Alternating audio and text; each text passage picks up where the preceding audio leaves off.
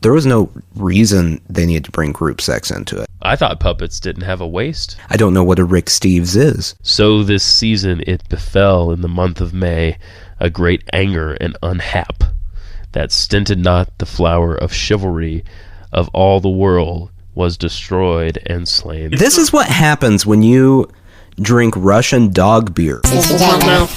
Sushi jackknife. Sushi jackknife. Sushi jackknife. Sushi jackknife. Sushi jackknife. Sushi jackknife. Sushi jackknife. Sushi jackknife. Sushi jackknife. Let's get this shit kicker started. Yeah. Guys, it's going to sound very different tonight. I apologize. I forgot to grab our regular microphones. Was that the beginning of this episode? Yeah. No one likes that. Oh, you're right. That was a terrible beginning. Okay, start over. Let's get some shit kicking on tonight. I don't think that was any better. That wasn't better, you're right. I don't know what I'm getting at here. We never do this, unlike 115 other podcasts that do this. Doo-doo. What are we drinking, Nathan? What are we drinking? What are we drinking? Life, man. We're drinking up some life? Just drinking up some life. Like the honeybee? Yeah. The flower to the bee? You know it. Bird in the tree until it gets drunk and falls out of the tree.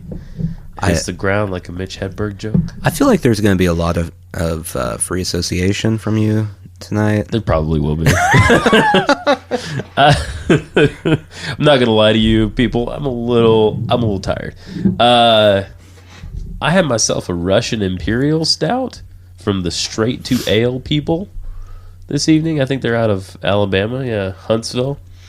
But somehow Huntsville, Alabama is the host of a very respectable Russian Imperial Stout named Laika, the dog that they shot into space. Nathan. Why did beer people from Alabama shoot a dog into space? That remains to be seen, but I think maybe as a source of inspiration. Mm-hmm. You know, they knew if they could do that they can make a really good beer as well. It's like an employee motivator. Yeah. Like, look what we did. Mm-hmm. Now, do the thing with the hops. Make it happen. They spent 18 months getting the thermometer all the way up to red to shoot Laika into space. Mm-hmm. And then after doing that, the morale was lifted. So there you go. Yeah. That's what happened. But no, this is pretty good. Laika, the dog.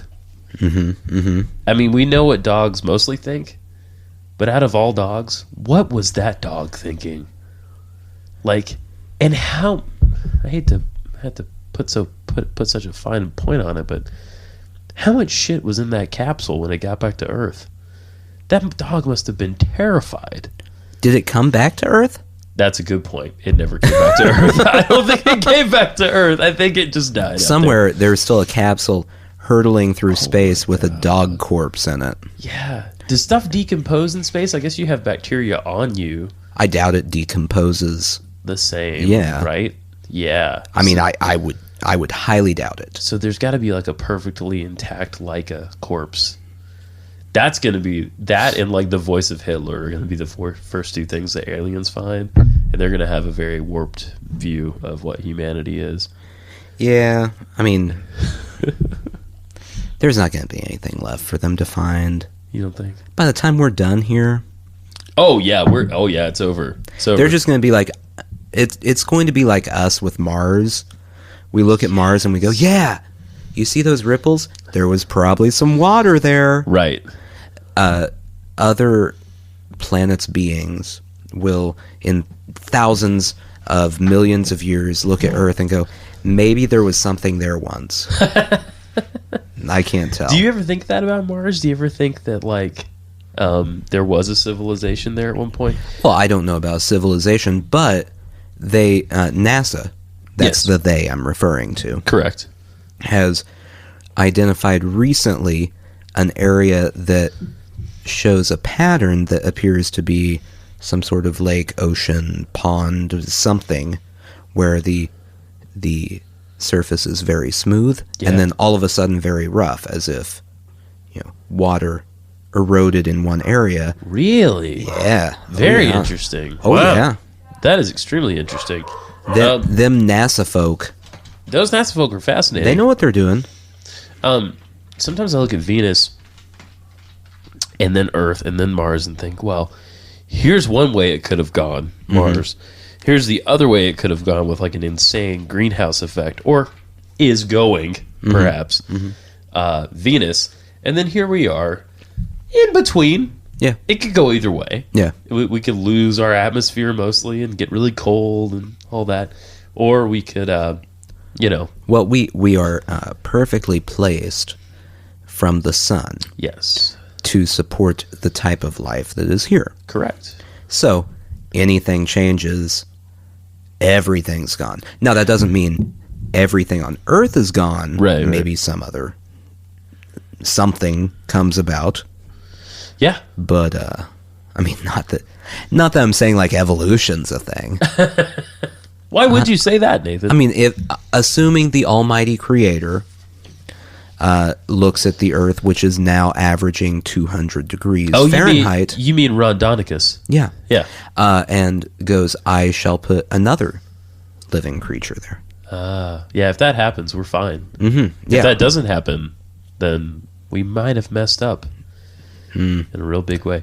There are people out there who think that there have been human cultures that have risen and fallen, to a lesser extent technologically than where we are now. Right. But like it's sort of been a pattern over time of rise and fall. I mean, think about the library at Alexandria that was burned and had the sort of collected knowledge of hundreds and hundreds of years, Oh, by the way, welcome to Sushi Jackknife. How far into this podcast are we? 6 minutes and 20 seconds. Really? That's it? Yeah. Oh, that's not bad. It's about half of the most we've ever gone. Yeah, that's before not that introducing bad what at we're doing. all. Yeah, not too bad. We should have waited. Yeah. So, Alexandria. All the burning and all the destruction Yeah, and all that knowledge just gone. Who knows what they knew? They probably had all the secrets to the universe. They might have. It's quite possible. Although, to be fair, the secrets of the universe at that point probably have been largely disproven. So, one of them was like, women, don't let them get above you. yep. Yeah, that was a book that We're still trying to disprove that one. not so bad that parchment burned. That's actually that's why the suffrage movement took so long to gain some steam. That was the one thing that didn't burn from the Library of Alexandria. That's right. How to win a slave in 10 days. It's okay that burned. That's my favorite slave / romantic comedy Ever. Yeah. Oh, Yeah. it's so good. I know, especially in scroll format. Yeah. Scroll format, it has. Damn it! If we could get through a bit without laughing. Oh man. There are a lot of high points to scroll format. Like today, people are kind of into 8 tracks again. I don't know if you've noticed this, but Yeah. I'm not one of these definitely. people, but they're out there. They're out there. Oh, definitely. The other thing we have in front of us tonight, which I think we have to shout out because it's so good. We don't have to shout anything out. Well, This is a free country. we'll speak it out. How about that? we don't have to do it. Oh, excuse me, 9.4% alcohol. This is the Brother Thelonious Belgian-style Abbey Ale from the good people at North Coast Brewing Company. Again, we know lots of people talk about the beer they're having on their shows, but this beer is pretty phenomenal, and it supports jazz education, and it has Thelonious Monk on the label with a goblet of ale and a skull. I mean, this might be the greatest beer I've ever had. Okay. I mean, next to Bud Light Lime. I don't know if you've ever had Michelob Ultra. This is up there, though. monkinstitute.org, northcoastbrewing.com. 9.4% alcohol by volume, as you can hear in my voice. Don't blame Brother Thelonious for that. I see how much you have of this. You've barely ingested any of it. Well, let's blame the Laika people because I drink all that. Yeah, Laika. Yeah, and that is how big is that? That's a pint. It's a pint. Yeah, that's a pint. It says it's 6 fluid ounces. It seems like more. 6 fluid ounces? That can't be right. This is 12. Yeah, that's not. How is that? Wait a minute. Here. Okay. Must be 16 fluid. Oh no, it's 1 pint and 6 fluid ounces. Yeah, it's additive. How many ounces are in a pint? I feel like this is a thing I should know in life. We'd have to measure King George's urine output in a day. And this is... Isn't that how they arrived at the English system of a pint? Like how much the king pissed? Sure. It sounds about right? Like, I'm pretty sure that's how most things in England are measured. English people are really into the bodily humors. At least old English people, you know? I'm trying to locate the alcohol content. It's not there. I looked. It's not there. They don't want you to know. You're going to look it up? Of course I am. Yeah, you know, and I'm not talking about the English people that are alive today. I'm talking about the old English people, the kind of people that appear on Masterpiece every week, which is a fine program. But those people were really into the bodily humors. Yeah. 9.75. That was? Yeah. And I drink all that? Mm-hmm. Oh, that's what's happening. You have essentially had a bottle of wine. Whoa. That may not be completely factual. Okay. But it's not way wrong. Wow. That's what I feel like I do. Okay. Explains a lot. So there you go. So here we all are together. Cheers to not knowing the alcohol content. Did you hear that little hiccup I had? Yeah, Alcohol content. You know how you hear stories about frat boys just tricking girls into drinking and drinking and drinking so that they can take advantage of them later? Yeah, it's a bad thing. You essentially have done this to yourself. Just drink it. Don't worry about it. It's fine. Trust me. It's like 2% alcohol. Just do it. Hey, should we spin the globe? I got to give this one more try. The idea of spinning the globe. We have our old Crams Scoposphere 12-inch globe. I just don't know what you expect to happen when I spin this globe. A sparking of conversation? I don't know. What do you land on? Tell me what you land on. What'd you land on? The Persian Gulf. Oh, that's a light subject. Yeah, go ahead. Yeah. You realize we have only landed when I spin this globe and touch it. Yeah. Everything has been negative on this globe. That's true. This is a hell globe right here. Oh, that's why everything is concave instead of convex. It's how deep are you in hell? And I will point out my finger landed right on a line. Okay. I went with the Persian Gulf. Yeah. The other choice was Iran. Oh. So. They have this is what I would hope would happen. It's happening. They have this statue. You ever go on Google and just search images of... Okay, well, fine. I do. Occasionally, I'll go on there and be like, capital of Iran. Tehran, right? And you just look up the images? I kind of zoom on... I do the little 3D walkthrough of downtown Tehran. There is a really incredible sculpture in the downtown of Tehran. Yeah, that'll probably be gone in like a month. Well, it depends on who gets elected, right? No, they'll just bomb it themselves. Don't worry about it. You think so? Hell yeah. Yeah. You know, I think at some point there's just going to be no Middle East left. That might happen, but you know what I heard about the people of Iran? I heard this from Rick Steves, a very credible travel source of all public television/radio outlets. Don't know who that is. You don't know who Travel with Rick Steves? You've No. never seen this in your life? I've never even heard of this. Oh, this makes me a little upset. Wow. I don't know what a Rick Steves is. A Rick Steves is a Midwestern man with a bowl cut who wears khaki pants and tucks in his t-shirts, but he knows how to get you to Europe through the back door. Oh, so he's like Anthony Bourdain, but worse. But way before Anthony Bourdain. And worse. Cheaper. And worse. Nerdier. You can just admit he's worse than Anthony Bourdain. I've never watched anything with Anthony Bourdain. Why have you not watched anything with Anthony Bourdain? I kind of fell off like TV around that time, so you know. I mean, it's still currently happening. Well, I'm still off. Yeah. You watch Rick Steve. I did watch Rick Steves, not Steve. Rick Steve. Steves. Rick Steve. Tell him, Rick Steve. I don't think. That was just for me. I think that if you surveyed people, Yeah. maybe 1 out of 100 people would know who you're talking about. I don't. Well, you're probably right, but the people who do know about Rick Steves, Rick Steve, yeah. gonna let it go. I've been meditating. I'm gonna let that go. He's great. I mean, he's such an entertaining cat. So you can watch him go to your standard places, your Ireland, your Portugal, your England, what have you, and he'll give you all the tips you need to make your travel both affordable and successful.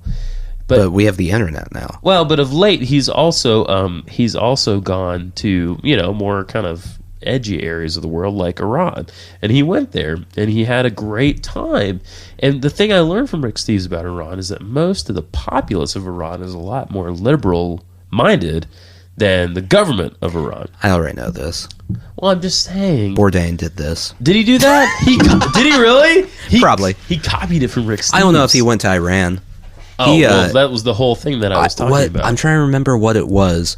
It was a Middle Eastern country that he was there in the middle of a civil war that broke out. Oh, really? Yeah. Wow, the cameras won an were- Emmy for that episode. Really? Oh, yeah. This is No Reservations? Yes. That not is the new essentially one. a food show, or No. is it a travel show? Yeah. It's a food / travel But show. he's a chef, right? Yeah. Okay. I mean, was. He quit being a chef to Well, go yeah. I mean, do he his gets show. paid. He has the best job in the world. He gets to just go places and get paid. Yeah. Yeah. He goes places and goes, I'm going to eat that food. Boy, the people here are cool. I'm going to eat that food now. Cool people. So more food. Rick Steves has that same job, but on a PBS budget. So it's way worse. Yeah. Way worse. But he's a charmer. He has a place in my heart. He has a radio show, comes out as a podcast, Travel with Rick Steves, a show. You can go get his DVDs from the library. I mean, he's a force. He writes books. So Rick Steve is the poor man's. Steves. Yeah, Rick Steve is the poor man's Anthony Bourdain. But the John the Baptist of Anthony Bourdain's, because he was there first. He was a voice in the wilderness, and Bourdain is the Christ. So what you're essentially saying is Rick Steve is less important and forgotten by many. What I'm saying is that eventually Rick Steves is going to be decapitated and have his head served up on a platter. And everyone will go, oh, okay. Yeah. He's on PBS. No one cares. I love PBS. I'm such a PBS nerd. There. It's so awesome. Is it? It is. I just love it. Is it, though? It is. It Here's the appeals. It appeals. Hang on. Let me finish my Go ahead. positive. Go ahead. It just appeals to all my little parts, My little science part, my little literature part. It's all there. PBS, and I'm not against PBS. Okay. PBS has good stuff. Sure. PBS also has stuff that is like other things that exist, but not as good. That's There true. are better documentaries about every subject than what they do. Now, like Frontline. Frontline's very good. I'm not going to say anything Okay. bad about Frontline. All right. Okay. But for the most part, the rest of the stuff... I mean, they don't even have Sesame Street anymore. That's true. It's on HBO. Yeah. Isn't that weird? Well, PBS couldn't afford it. Yeah. Yeah. No And- one wanted tote bags enough to keep Sesame Street alive on PBS. I mean, if they want people to donate, come up with something better than a tote bag or a coffee mug. And also, I mean, didn't Sesame Street just want to put more dicks in it? So that was part of the deal, right? To go to HBO. Well, they don't have to censor the sex scenes anymore. That's great. So Bert and Ernie can finally consummate their relationship publicly. Mm-hmm. That's exciting. That was a very controversial episode. Well, I mean, I think they went a little far. for all these years we thought Bert would be the bottom, but I think they went far, Who knew? a little too far. there was no reason they needed to bring group sex into it. I know, when They Snuffleupagus busted through the door, that was really weird. I mean, I guess good for them. Breaking down boundaries. I'm breaking down doors. I didn't know puppets could do that. I thought puppets didn't have a waist. Do they? Okay. So, do they show them on HBO and then show them on PBS later? I think that's what happens. Yeah, because you can still see. I don't know the ins and outs of this.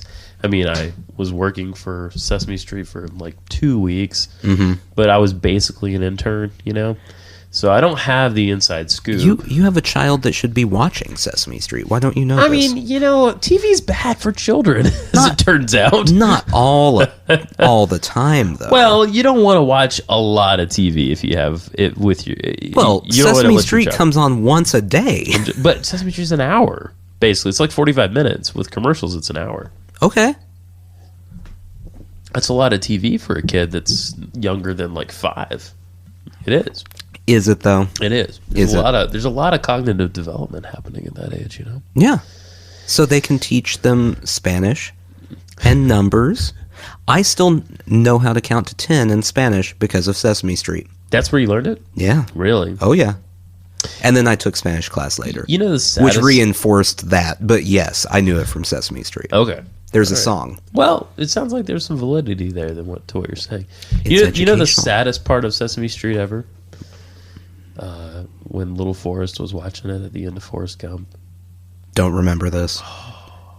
In Don't Forrest remember Gump, this and really... It's been about 45 episodes since we've talked about Forrest Gump, so it's due time. Because it's one of my favorite movies of all time. So at the end of Forrest Gump, you know, Jenny is there and she has AIDS but has a child, Little Forrest, and Forrest is introduced to Little Forrest, and when he's introduced to him, he's watching Sesame Street on TV, and it's the 80s at this point, and then Jenny dies, and then Forrest has it's very sad. I feel like you've latched on Yeah. to the least important part of that entire scene. Could be. Could be. Out of all of that, you got what was on the TV. I wouldn't put it past me to latch on to some like stupid detail. I thought one thing we could do this evening is take a sort of random sampling of the English language. I don't know how I feel about this already. I've just opened a tome. This tome is probably a 4-pound book that I got in It college. looks like a book that a drug dealer would glue all the pages together and then hollow out to hide something. Yeah. It's a very thick book. In this case, it's hiding truth. This is the Norton Anthology of English Literature, 7th edition, volume 1. And I randomly, earlier today, turned to a selection from Mort d'Arthur. Your head is on your microphone. Oh, I know. As a person who likes reading and likes words, Yeah. I already hate this. Why?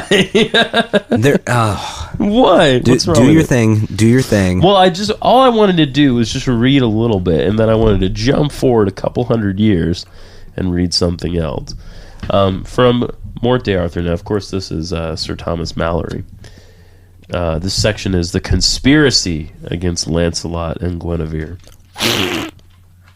In May, when every lusty heart flourisheth and burgeoneth, for as the season is lusty to behold and comfortable, so man and woman rejoiceth and gladdeth of summer coming with his fresh flowers, for winter with his rough winds and blast causeth lusty men and women to cower and to sit fast by the fire.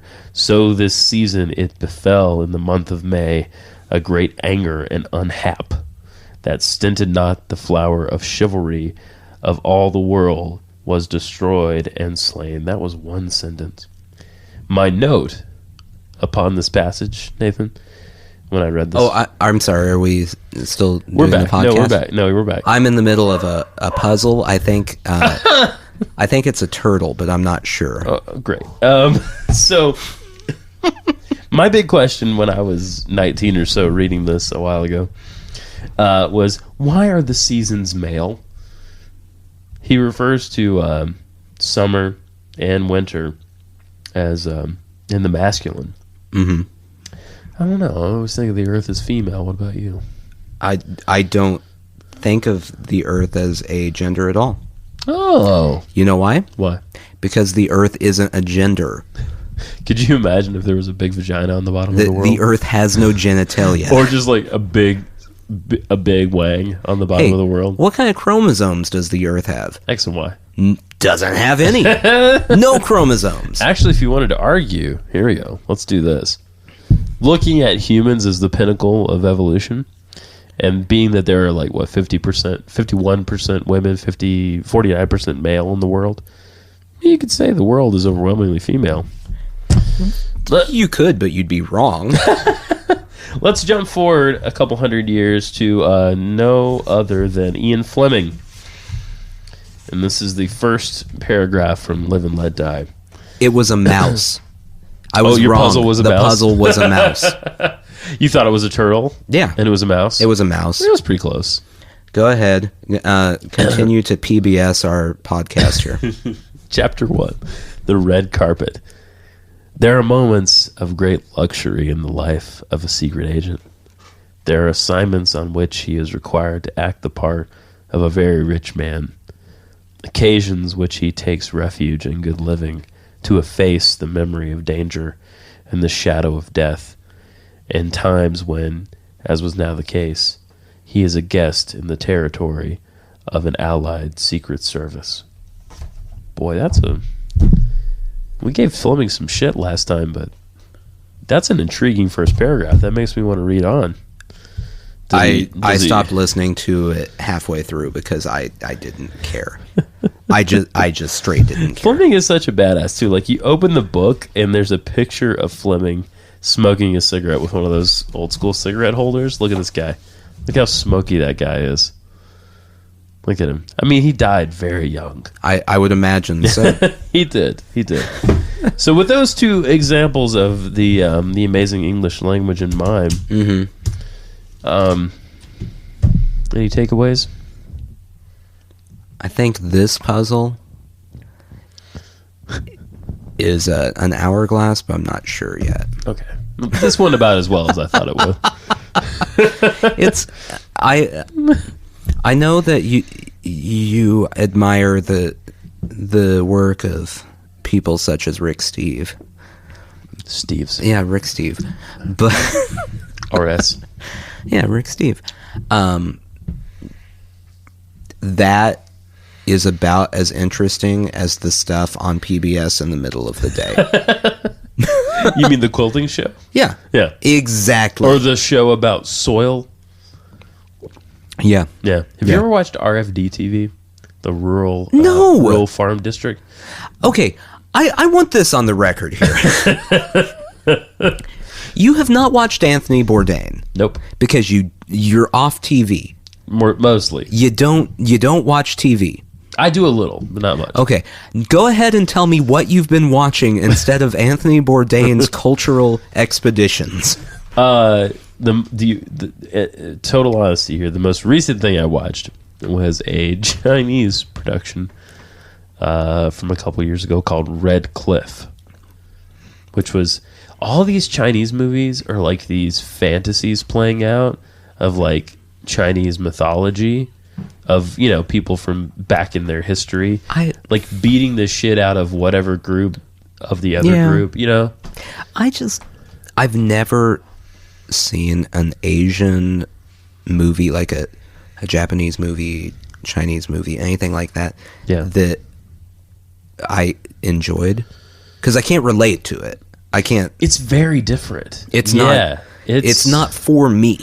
No, it's not for you. Yeah, yeah, it's true. It's true.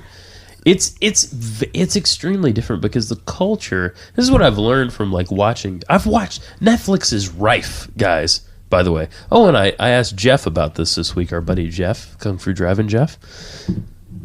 Yeah, I'm familiar with him. Yeah, I asked him this week.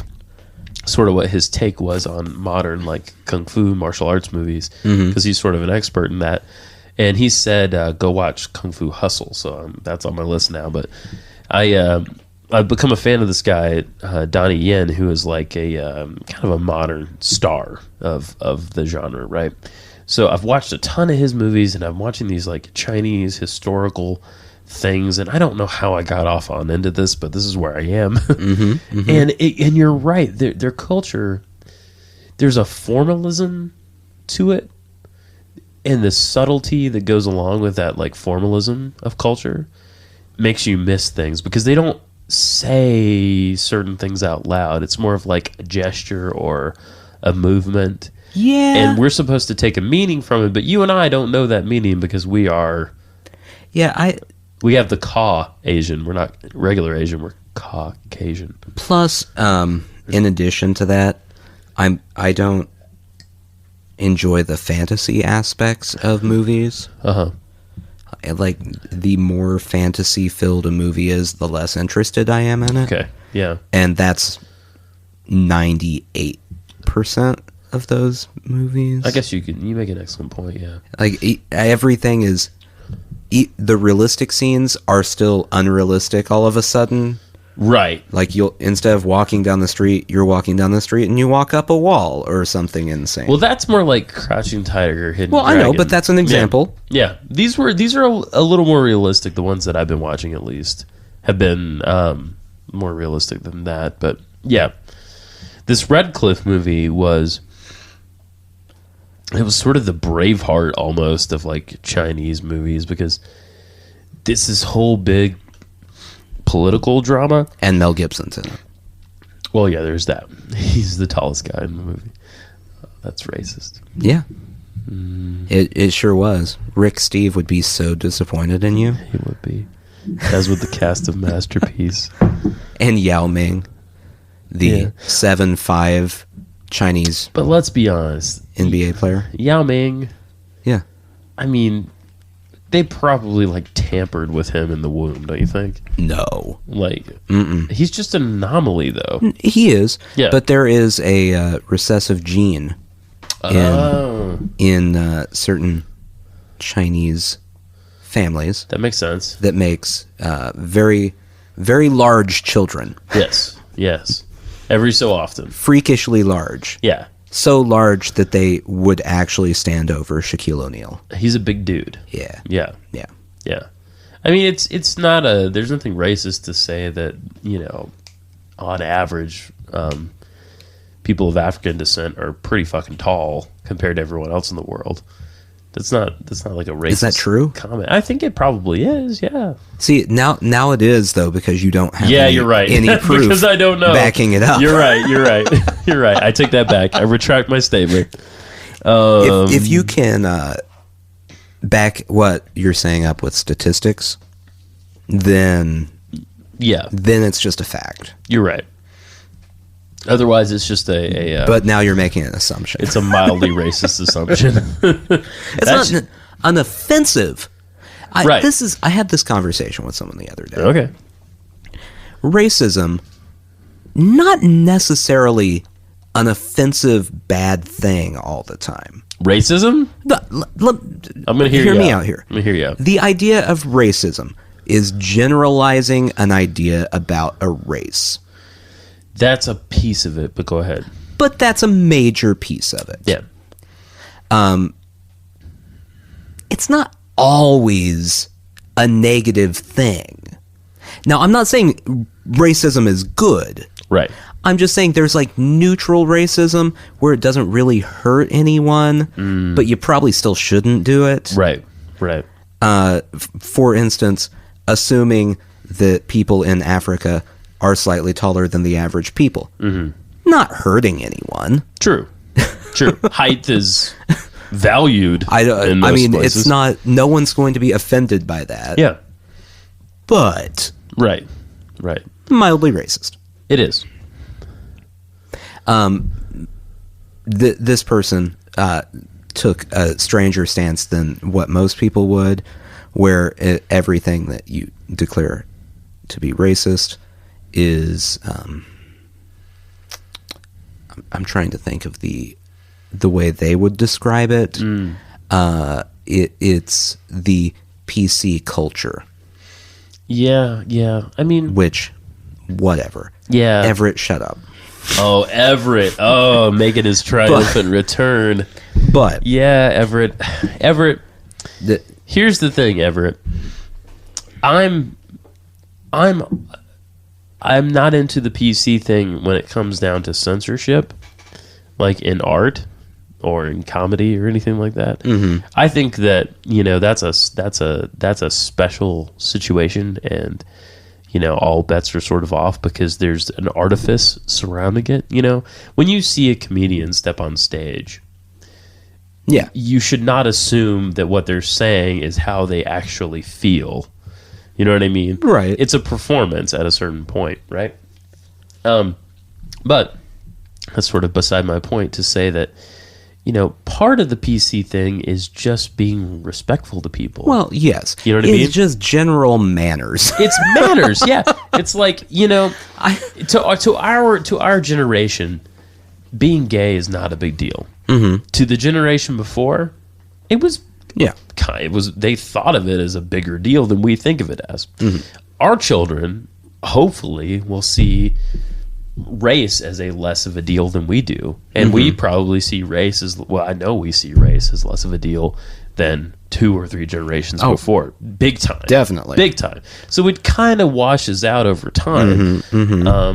But, it's, and now with trans people and everything else, it's just about acceptance at the end of the day, I think. That's what it's really about. And people have a right to sort of choose the words that they want to define themselves with.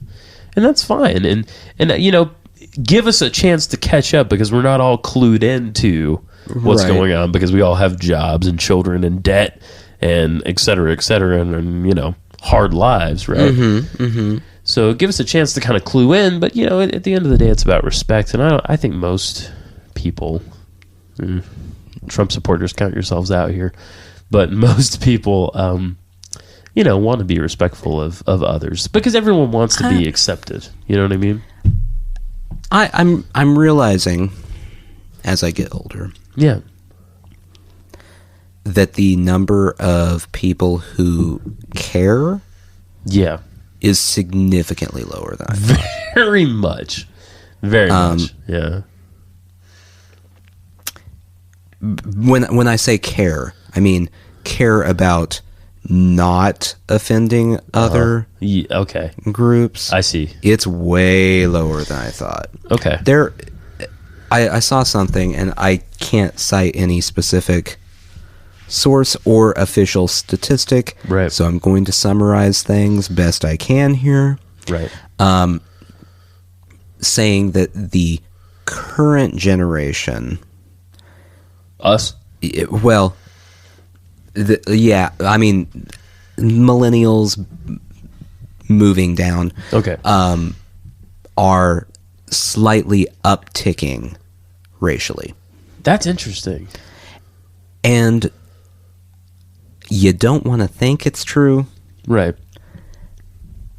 But you kind of see it. Well, if you think the previous generation is Gen Xers, right, and you kind of think about the 90s, PC kind of became a big thing in the 90s, And now there is a big...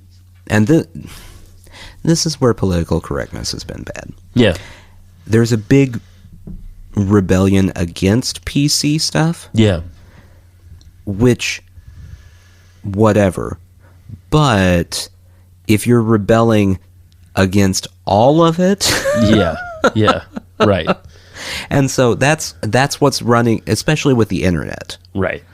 I mean, now you have anonymity. You can go on. You can say whatever you want. Can spew your diatribes wherever. And people aren't going on there and talking about how one group of people may be taller than another. No, they're not. They're saying way worse things. Yeah, very horrendous shit. I mean, significantly worse. I would say at least twice as bad as that. Oh, absolutely. Yeah, well, and it's not just a racial thing, it's a gender thing. I mean, people, anytime someone on Twitter a man disagrees with something a woman said on Twitter, it takes about 25 comments until we're raping someone. It's horrible. I mean, it's like, and it's the anonymity thing, and it shows you how people really think, at a certain level, I really would like to know if it's this way everywhere or if this is just an American thing. Yeah, that's a good question. And I don't know, Yeah. because obviously I don't get to travel the globe on CNN's dime. Right. Bourdain. Right. Bourdain! I have disdain for... I could never have disdain for Anthony Bourdain. You don't have disdain for Bourdain. Oh, man. He's a nice guy. He's a great guy. His books are good. Yeah. See, I don't know any of this, but I take your word for it. I take your word. You know Rick Steve, but not Bourdain. Yeah. The anti-Bourdain. But here, and part of it is also the political landscape. Yeah. You're not allowed to be neutral on anything. Right. So you have to have a very strong reaction one way or the other. Yeah. So everything is either terrible or the fact that people think it's terrible is terrible. Yeah. Those are the two choices. Which is, yeah. You're offended by it or you're offended by the people who are offended by it. Which is such a huge problem. And people our age have only grown up with this. That's true. And now it's there. Well, and and I think, here's what I think. Cable news is not worth your time on either side. Yeah. It's just not worth your time. It's too... Well, let me just finish real quick. There are real limits to sort of the amount of repetition the mind can handle, and it really stretches that. You know what I mean? I've seen it in myself when I watch something on loop for even 20 minutes, when I'm at, like someone's house and they happen to have the news on it. It starts to affect you pretty quickly. I'm going to take it one step further. Okay. It's not cable news, just all of it. Yeah. Just read what actually happened. Yeah. You got it. And the only way to do that is to diversify. Well, yeah. And it's incumbent on us, and it's work, folks. It's work to sort of know what's happening. And I'm not saying that I do know what's happening. I recognize a deficiency in myself of knowing what's happening. Yeah. But the only way I figure that we get out of this is to read, first of all, and to bounce around. You know what I mean? Well, the issue with the news, especially cable news, but also if you want to go into the network news, like the NBC nightly news, stuff like that. Right. All the news is filtered through a person who is filtering it through another person, who's filtering it through another person. So who's running it by Coca-Cola. Yeah, you end up with one point of view that has been network approved. Yes.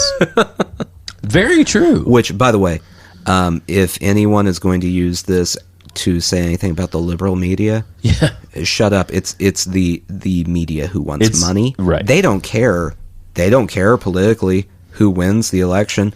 They care how much money they make while it happens. That's very true. I would say that some parties do care who wins the election, but I think you're right. I think overarchingly, but the networks, I would say even Fox News, if they had dirt on Trump that they could make money off of, Trump's gone. He's under the boat.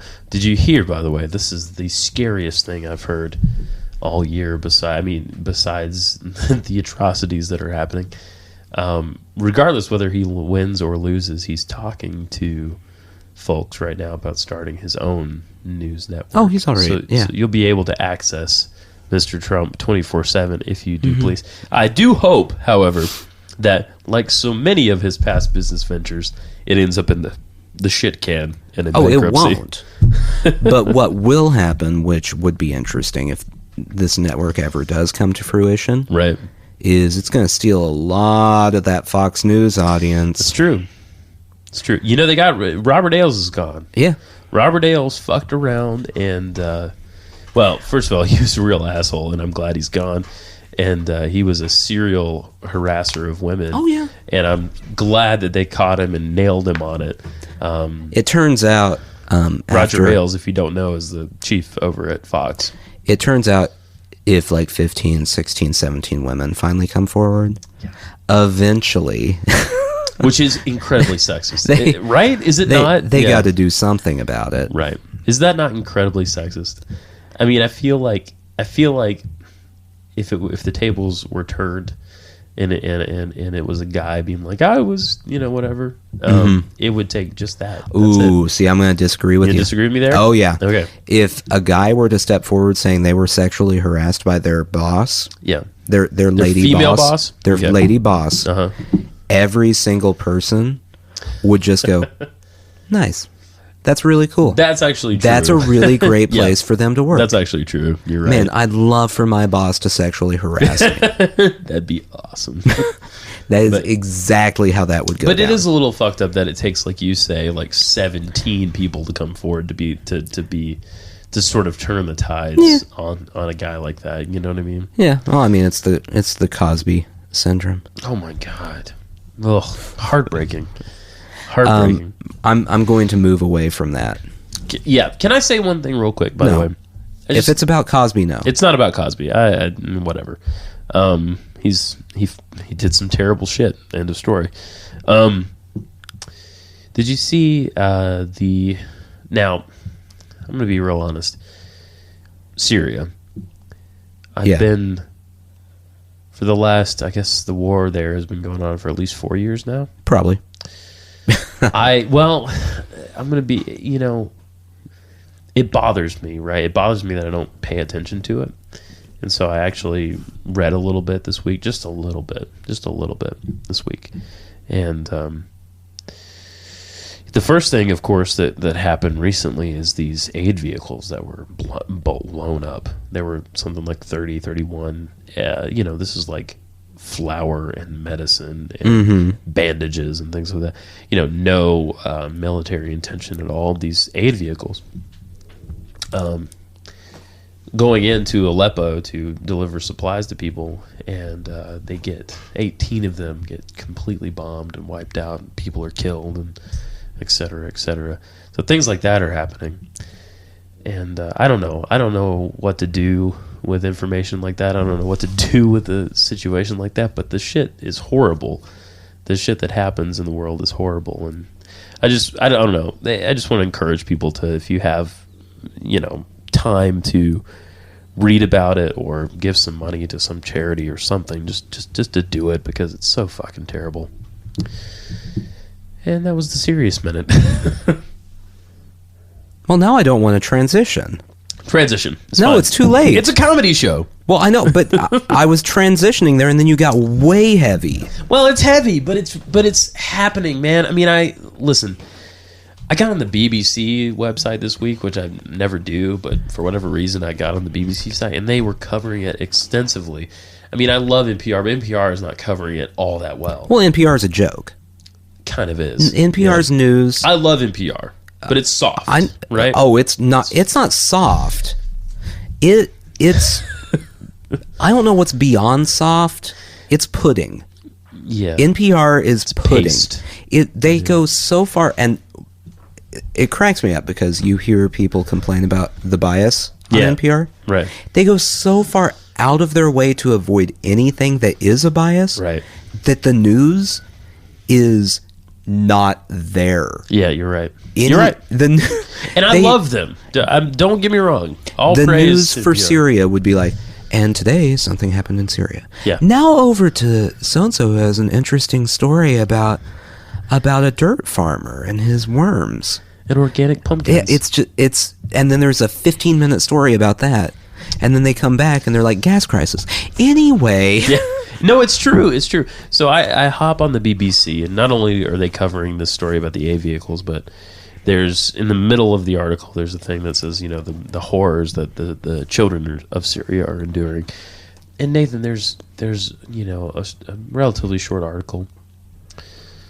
An 8-year-old boy that gets his fucking arm blown off, just for being alive. You know what I mean? And being where he is, happening to being born there at this time. He gets his fucking arm blown off.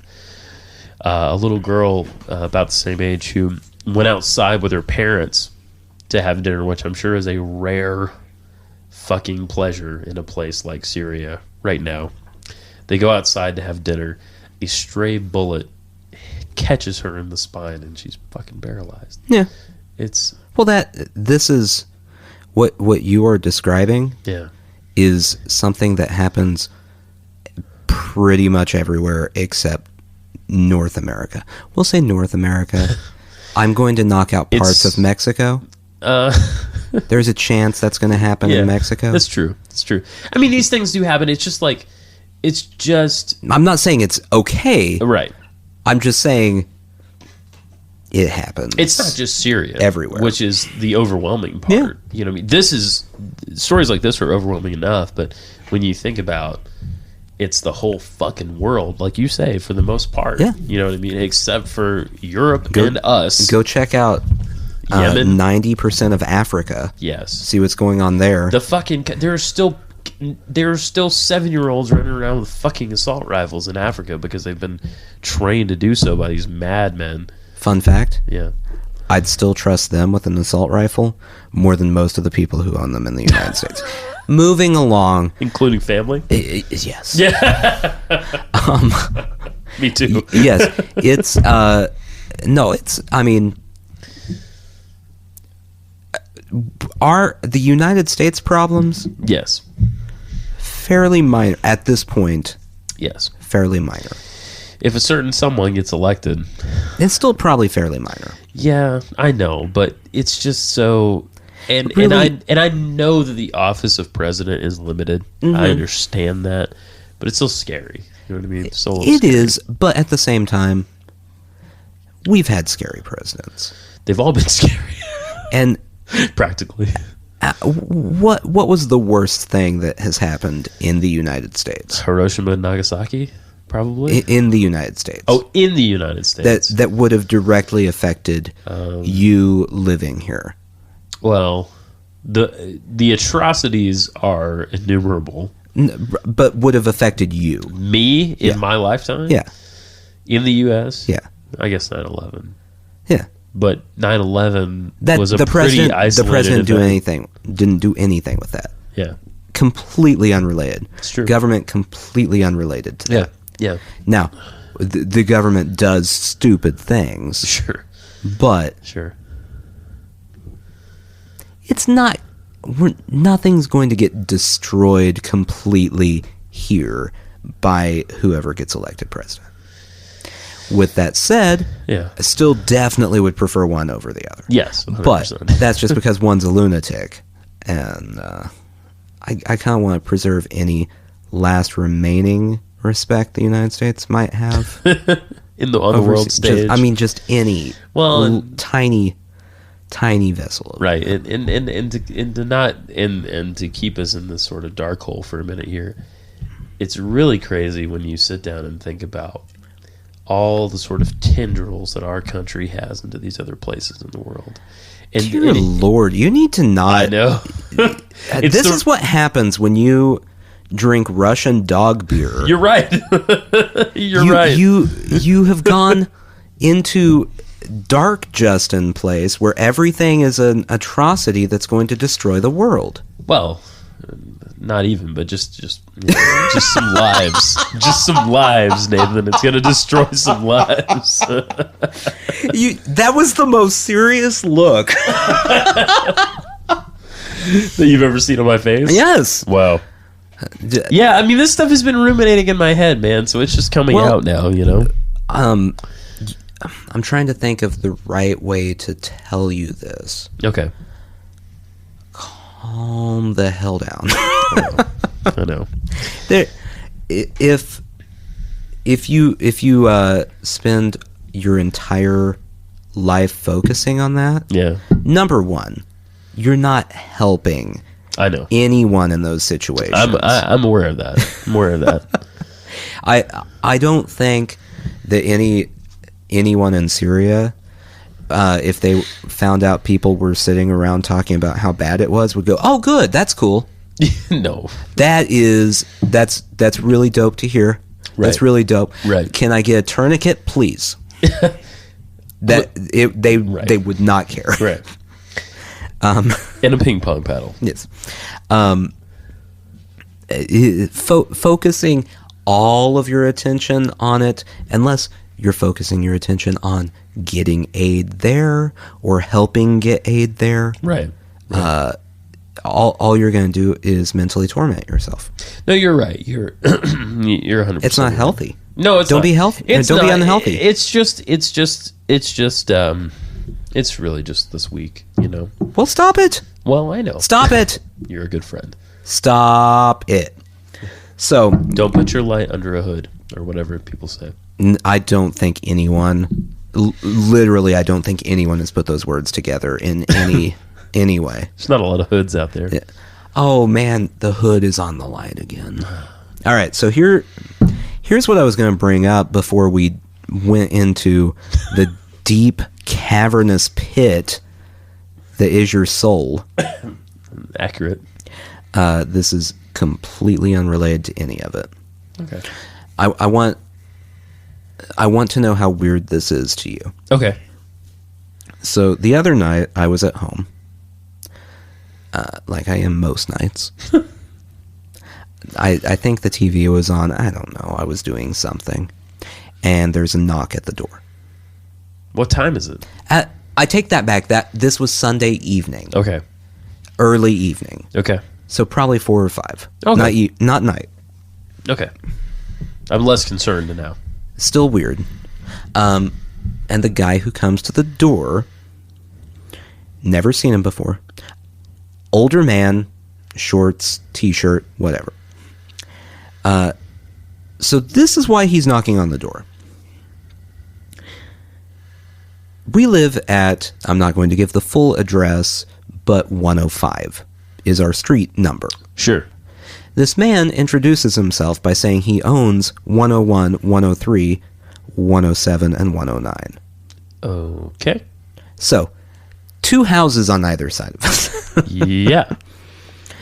He has taken his time to come to our door to try to convince us to join him in selling our houses to make money. What? Selling it all as one big block so that someone can come and develop it. Wow. 1 to 10, how weird is this for you? 10. It's a very strange thing.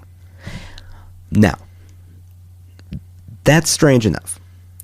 Rewind a few weeks, maybe month, after I had bought a new car.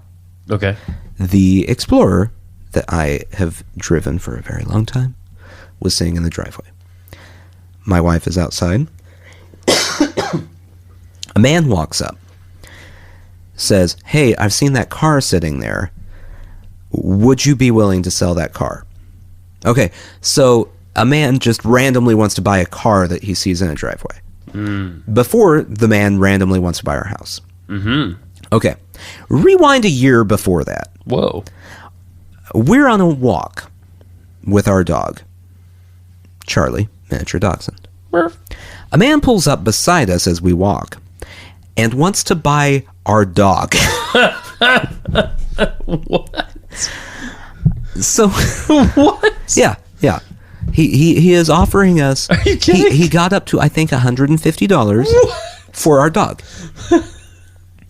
Did he have a friend with him who was like an auctioneer? No. His daughter really wanted a miniature dachshund. I see. And he thought you were a rolling Craigslist. Apparently. Yeah. Okay, so how long have I lived at my house? 2 years? 2 years? In the 2 years that I've lived there, someone has tried to randomly buy my dog, my car, and my house. With no warning. What is this? What would it take for you to randomly walk up to a person and go, "I'd like to buy that one thing you have there"?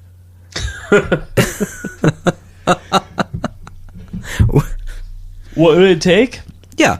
What would they have to have that you just randomly walk up and go, "Hey, I'm going to offer you X amount of money. I know you have no idea who I am. I'd like that." I mean, like like a Maltese Falcon or something. How much is that? I don't know. I give him like 25 for it. It's apparently there are 3 separate people who are living their life like Arabian princes that just they walk up to whatever they see and go, I will have that now. This is mine. As if that is theirs already. Here is the money Yes. that you should be given for that, and it is mine now. It's so weird. It is weird. It is weird. And it's all happened since you've lived at 105. Wow. Yeah. So 2 years. 2 years of haggling with people over things you never want to sell. How long till someone tries to buy my baby? That was my question. That's obviously the next step. That's a great baby there. Yeah. Well, your wife. They might try to buy your wife. But baby first. You think? Baby then wife? Well, I mean, a baby, I would assume, gets a lower price than a wife from a random person on the street. I don't know about that.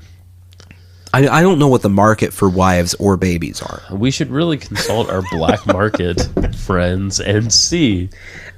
You know? I Listen. My friend Dimitri, yeah. he could get me a solid price on either of those things. Oh, Hey, you now- want to sell baby? Now your wife.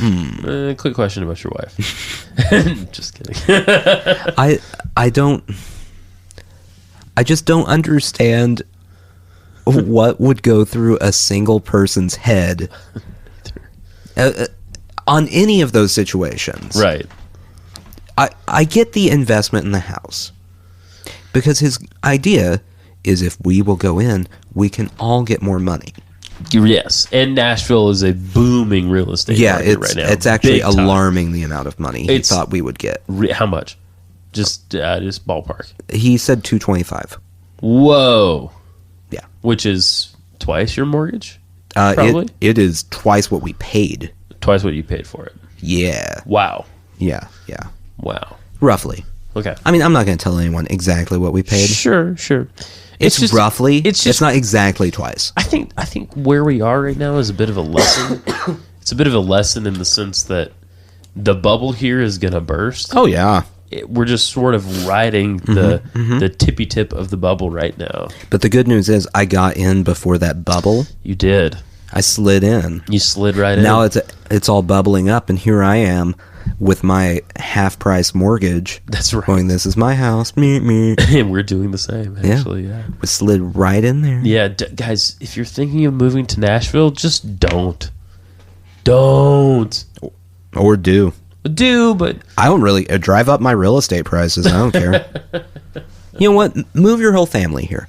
Move everyone you know. Grammy, Bring Grampy. Bring them all down to Nashville. Yeah. There's plenty of housing. Don't worry about it. A lot of people have a Grammy. I don't know anyone that has a Grampy. Why not? It just sounds like a condition. Grampy? Grampy. I feel grampy. Grampy smells like chalk. I don't know. I feel real grampy today. Yeah, Grampy. I think an iced PSL would help me feel better. Ugh. That's back. We're in the season, not just of PSLs, but iced PSLs. For those who don't know, and thank you for not knowing, PSL is pumpkin spice latte. Yeah. It's not worth your time. I mean, they're good. They're good, but whatever. You're shrugging. People can't hear you shrug. You don't audibly shrug. Yeah, it's a pretty big shrug. It's a shrug bug. You're a little shrug bug, aren't you? I mean, there's nothing wrong with a pumpkin spice latte. Yeah. You're just in a very negative mood, so you dislike everything today. 100%. Yeah. You just dislike everything. Well, it's true what you say about the Russian beer. I mean, when you drink Russian beer, you sort of feel the pain of, tens of millions of Russians collected over centuries. By the way, I went to a Russian market today. We have one. Yeah, I know. I've been. Nashville. Have you been there? Oh, yeah. The one over in Berry Hill? Oleski's? Yeah. Yeah. Yeah, they got weird stuff. They do. A lot of caviar. Pretty interesting. Yeah, caviar, pickled mushrooms. A lot of that happened. Just many types of caviar. I remember seeing all sorts of it. And pierogies. And going, I'm not paying for any of that. Goodbye. And then I bought a pastry, and it wasn't very You said good. that out loud, right? You said that out loud, like in a pronounced tone. Yeah. I'm not paying for any of that. Goodbye. Fare thee well. Yeah, we bought pastry, and I learned that Russian pastry's not great. Oh, what did you have? A sweet or like a bread? Sweet and dry. Put that book away. Bad, Justin. Okay, Nathan doesn't want me to leave. Bad. Go lay down. Oh yeah. You've already depressed everyone enough. Whatever you're about to pull out of there is going to just be something about the universe as it decays. Ooh. We blah blah blah blah. Now this is positive. Here we go. Suddenly, Bond reached out and took her in his right arm. Her arms were round his neck, and they kissed passionately. He pressed her up against the songs. You're turning my mic around, you bastard! It was a love scene. I thought that would be okay. Sushi jackknife. Oh, my mic died when you did that. Yeah, I unplugged it. I unplugged your mic. Trust me, it's for everyone's own good.